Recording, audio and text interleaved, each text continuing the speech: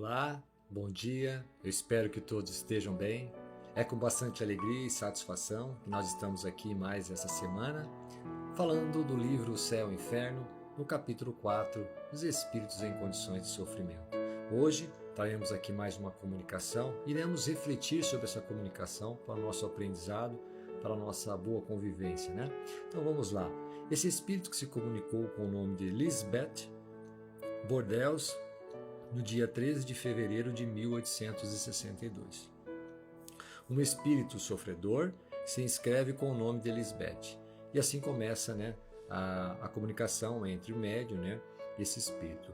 A primeira pergunta é assim: quereis dar-me alguns detalhes sobre vossa posição e a causa de vossos sofrimentos? Vem a resposta. Ser humilde de coração, submissa à vontade de Deus, paciente nas provações, caridosa para com o pobre, encorajadora para com o fraco, quente de coração para com todos os sofrimentos, e não sofrerás as torturas que aguento. O Espírito, respondendo. Vem a segunda pergunta. Se as faltas opostas às qualidades que assinalais vos arrastaram, pareceis lamentá-las, vosso arrependimento deve aliviar-vos? É a resposta: não. O arrependimento é estéril quando não é senão a consequência do sofrimento. O arrependimento produtivo é aquele que tem por base o pesar de ter ofendido Deus e o ardente desejo de reparar. Ainda não cheguei lá, infelizmente. Recomendai-me as preces de todos os que se dedicam aos sofrimentos. Preciso delas. E vem uma observação logo em seguida. Isso é uma grande verdade. O sofrimento arranca por vezes um grito de arrependimento, mas que não é a expressão sincera do pesar de ter feito mal. Pois se o espírito não sofresse mais, estaria pronto para recomeçar. Eis porque o arrependimento nem sempre traz a libertação imediata do espírito. Dispõe a ela, eis tudo, mas é-lhe preciso provar a sinceridade e a solidez de suas resoluções por novas provas, que são a reparação do mal que cometeu. Se meditar cuidadosamente sobre os exemplos que citamos, encontrar-se-ão nas palavras, mesmo dos espíritos mais inferiores, graves assuntos de instrução, porque elas nos iniciam nos detalhes mais íntimos da vida espiritual.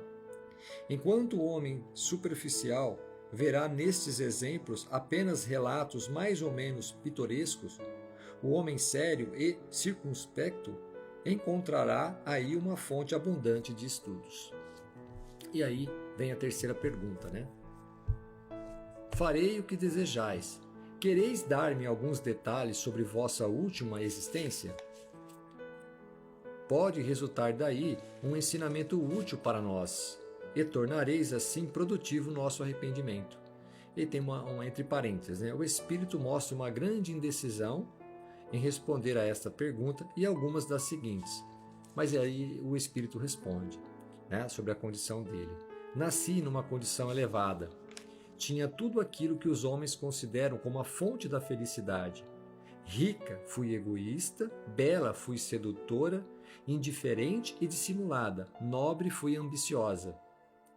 Humilhei com o meu poder aqueles que não se prosternavam suficientemente diante de mim, e humilhava ainda aqueles que se achavam sob meus pés, sem pensar que a cólera do Senhor humilha, também, cedo ou tarde, as frontes mais elevadas. Vem uma nova pergunta, Em que épocas viveis? E ela responde, cerca de 150 anos atrás, Continuando a pergunta, desde aquele tempo não fizeste nenhum progresso como espírito? Não, a matéria se revoltava sempre. Não podes compreender a influência que ela exerce ainda apesar da separação do corpo e do espírito. O orgulho vê tudo, vos enlaça em cadeias de bronze cujos anéis se apertam cada vez mais em torno do miserável que lhe abandona seu coração. O orgulho, essa hidra de 100 cabeças sempre a renascer, que sabe modular seus assobios envenenados de tal modo que são tomados por uma música celeste. O orgulho, esse demônio múltiplo que se sujeita a todas as aberrações de vosso espírito, que se esconde nos recônditos de vosso coração, penetra em vossas veias, vos envolve, vos absorve e vos arrasta para as trevas do martírio eterno. Sim, eterno, se referindo, dessa questão do orgulho. E vem uma observação logo em seguida, tratando disso. O espírito diz que não fez nenhum progresso, talvez porque sua situação continua penosa, mas a maneira pela qual descreve o orgulho e deplora suas consequências é incontestavelmente um progresso, pois seguramente nem enquanto vivia, nem pouco depois da sua morte poderia ter raciocinado assim. Compreende o mal e já é alguma coisa. A coragem e a vontade de evitá-lo lhe virão em seguida. E vem uma nova pergunta. Deus é demasiado bom para condenar suas criaturas apenas eternas. Esperai em sua misericórdia. O médium citando para ele. E aí vem o Espírito responde, Pode haver um termo para isso, dize-no, mas onde?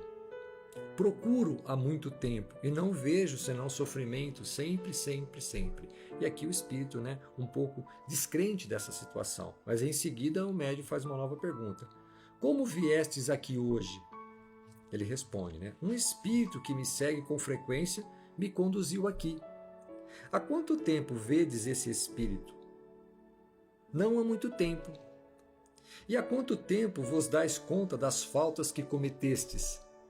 Neste momento, após uma longa reflexão, conforme consta no livro, o espírito para refletir e responde, sim, tens razão, foi quando ouvi. A partir deste instante, que ele percebe a presença desse espírito mais iluminado que o acompanha, ele percebe e sente a necessidade, as faltas que cometeu, os erros da sua existência anterior. É uma nova pergunta, Não compreendeis agora a relação que existe entre vosso arrependimento e a ajuda visível que vos presta vosso espírito protetor? O médium perguntando a ele. Vede como origem desse apoio o amor de Deus e como objetivo seu perdão e sua misericórdia infinita. Vem a resposta do Espírito. Como eu gostaria! Creio poder vos prometer pelo nome sagrado daquele que nunca permaneceu surdo à voz de seus filhos em perigo. Chamai-o do fundo de vosso arrependimento, ele vos ouvirá. E vem a resposta do Espírito. Não posso, tenho medo. Novamente o médium faz uma afirmação, uma nova pergunta. Oremos juntos, ele nos ouvirá.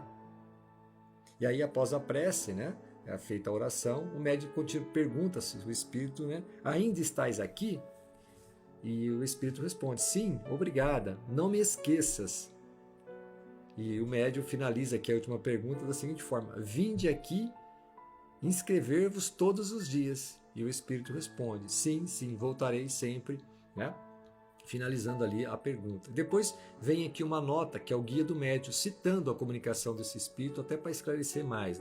Diz assim, não esqueças nunca os ensinamentos que tira dos sofrimentos de teus protegidos, e sobretudo das causas desses sofrimentos. Que elas vos sirvam a todos de ensinamentos para vos preservar dos mesmos perigos e dos mesmos castigos.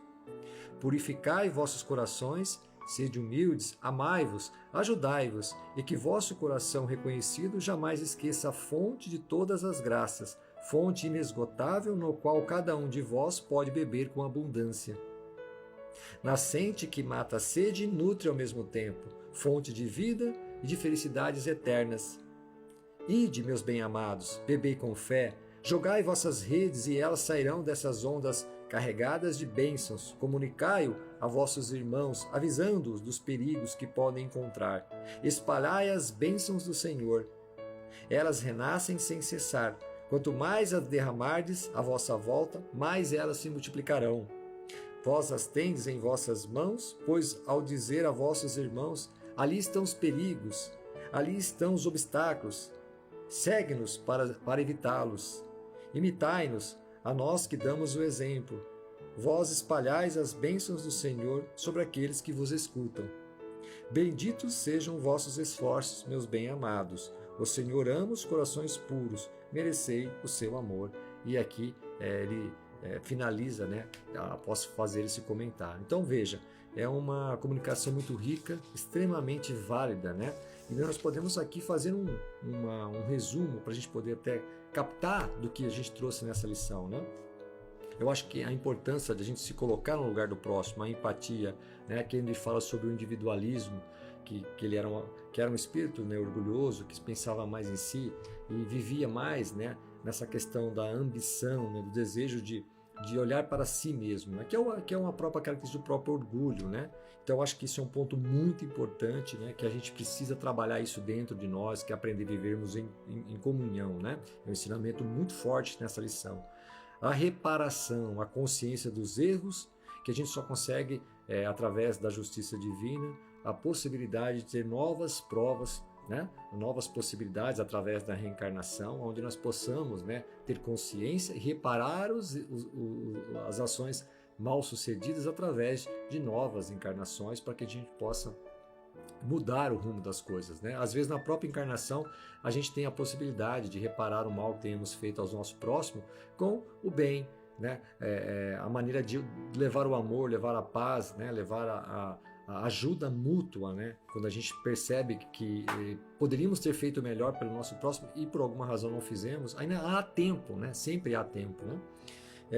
A consciência pesada sinaliza a melhora do espírito, a coragem da mudança virá em seguida, quando ele cita, né, que quando nós entendemos que aquilo começa a incomodar na gente, aí vem aquele despertar, e aí a gente começa a, né, sentir o peso das faltas cometidas, e ali a gente aguarda, né, uma oportunidade da gente buscar essa nova encarnação, se você já estiver no mundo espiritual, que a gente possa reparar o mal através de novas provações, porque a gente precisa merecer isso, a gente precisa, vamos dizer assim, ser testado se realmente nós absorvemos os ensinamentos, né, do nosso orgulho, da nossa vaidade, né? Isso também foi trazido aqui.